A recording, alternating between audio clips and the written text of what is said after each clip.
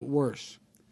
Jill and I pray, and I sincerely mean this, pray for those who've lost loved ones and for those who are uncertain of the fate of their loved ones and the debris that you see scattered all over the hurricane's path. They lost their homes, they lost their businesses, and it's a tragedy. It's a tragedy. And we still don't know how many lives are lost or the full extent of the damage.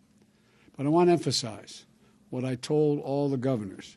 The federal government will do everything it can possibly do to help. I've spoken several times a day with the head of FEMA, the Federal Emergency Management Agency, as well as the director of FEMA, who's already deployed emergency response personnel to these states, search and rescue teams, water and other supplies. And FEMA is on the ground working with each of the states to assess the damages and focus on federal support where it is needed most and how we can get it there most rapidly. I also, and apparently it has just been announced, but I also approved the emergency declaration that was requested a couple of hours ago by Governor Beshear of Kentucky. That's going to accelerate federal emergency assistance for Kentucky right now when it's urgently needed. And I stand ready to do the same for the governors of the other states, and I've made it clear to them if they request emergency declarations. I've also requested that FEMA offer additional federal resources, including help with temporary housing where homes have been wiped out or too badly damaged to live in. And I also asked FEMA director to let the states know what they may not be aware of, what they may be entitled to, because they don't necessarily know all that's available from the federal end. We're going to continue to receive, I personally am receiving regular updates, and my staff is continuing to reach out to the mayors, the county officials, and other local leaders in these states affected by the tornadoes. And my heart goes out. I was told that earlier this morning that one of the equivalent of a county executive, one of the folks in Kentucky, was lost in this tornado. I want folks in all these states to know we're going to get through this. We're going to get through this together, and the federal government is not going to walk away. This is one of those times when we aren't Democrats or Republicans. Sounds like hyperbole, but it's real. We're all Americans. We stand together as the United States of America. And so I say to all the victims, you're in our prayers, and all those first responders, emergency personnel, and everyone helping their fellow Americans, that this is the right thing to do at the right time, and we're going to get through this. And I'll be happy to take a question or two if you have any about this. Does this say anything to you about climate change? Or do you conclude that these storms and the intensity have to do with climate change? Well, all that I know is that the intensity of the weather across the board has some impact as a consequence of the warming of the planet and the climate change. The specific impact on these specific storms, I can't say at this point.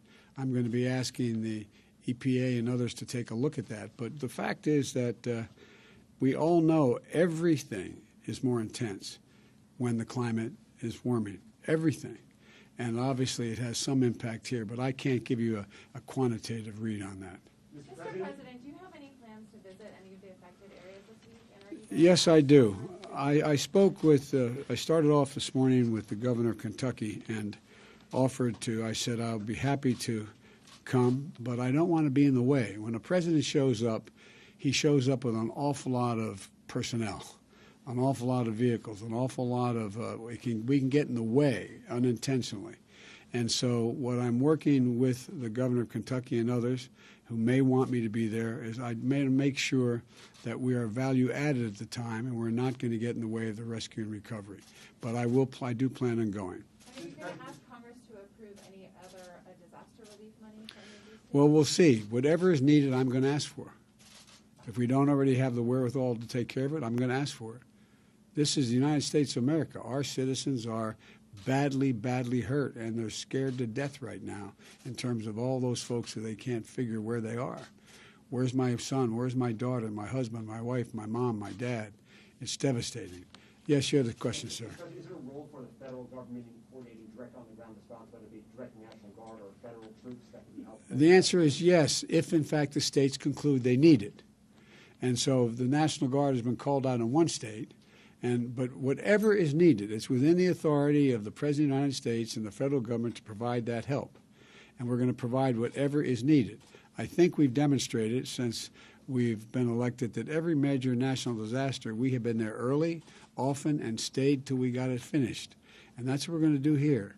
But again, I think what I've found as I've visited these disaster areas in other circumstances, whether it was the hurricane in Louisiana or the gigantic flooding in the Northeast or the wildfires in the West, is the real anxiety right now is all those poor people are wondering, where is my loved one?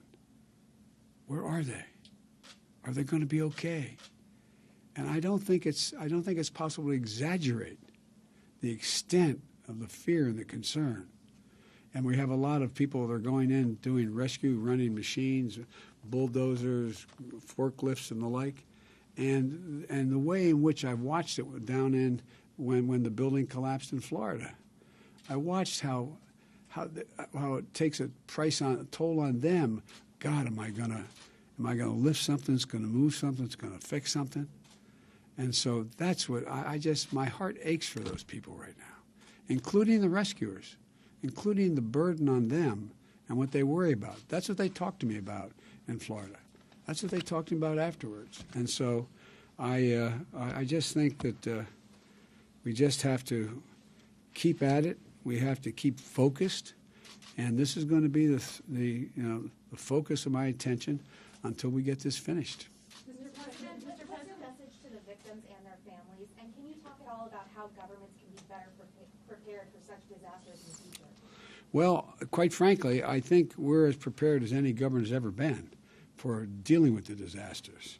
Now, the question is, one of the questions is going to be raised, I'm confident, is what warning was there, and was it strong enough, and was it heeded? That's a question that's going to, I assume, is going to be part of the discussion in the states as well as nationally. Because, look, as usual, you ask always the best question. And you asked me about whether or not we were going to be able to, what we're going to do about it, how we're going to handle this. And part of it is acknowledging that the likelihood of fewer weather catastrophes, absent a continued movement on dealing with global warming, is just not going to happen. Not going to happen. Like I said, we didn't think, and I think the best example for me has been, and what struck me the most, we always had wildfires. But who in God's name thought we'd see this calendar year more territory burned to the ground, every tree, every home, every road, larger than the state of New Jersey, from the Hudson River down to Cape May. So we have to act. But the first and urgent piece here is we have to save anyone who's still alive. We have to care for them if we can get them to hospitals. And we have to take care of all those families. Look, I know you're all pros asking the questions. Imagine if your home's in the path. What do you go home to? What do you worry about? I mean, everything's gone from that baptismal photograph to the wedding picture to the picture of your oldest daughter in a ballet. I mean, it's profound. It's just profound, and but I promise you, whatever is needed, the federal government is going to find a way to supply it. Thank you all so very, very much. Thank you. What made you decide to take U.S. ground combat troops off the table when it comes to Ukraine? They never were on the table. And are you ready to send American troops into war and go into Ukraine to fight Russians on their battlefield? Look, here's the deal. I've made it absolutely clear to President Putin, it's the last thing I'll say, that if he moves on Ukraine, the economic consequences for his economy are going to be devastating. Devastating, number one. Number two, we will find it required that we'll have to send more American and NATO troops into the eastern flank, the B9, all those NATO countries where we have a sacred obligation to defend them against any attack by Russia. And number three, the impact of all of that on Russia and its attitude, the rest of the world's view of Russia, would change markedly. He'll pay a terrible price. And so it's, and we are going to continue to provide for, and we have and continue to provide for, the defense capacities for the Ukrainian people. Thank you so much. What do you intend to say to Senator Manchin?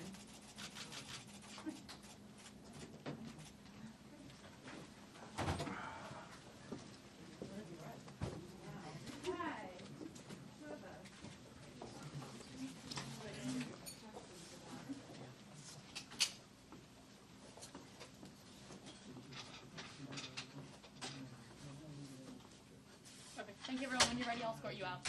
Thank you. Just on you.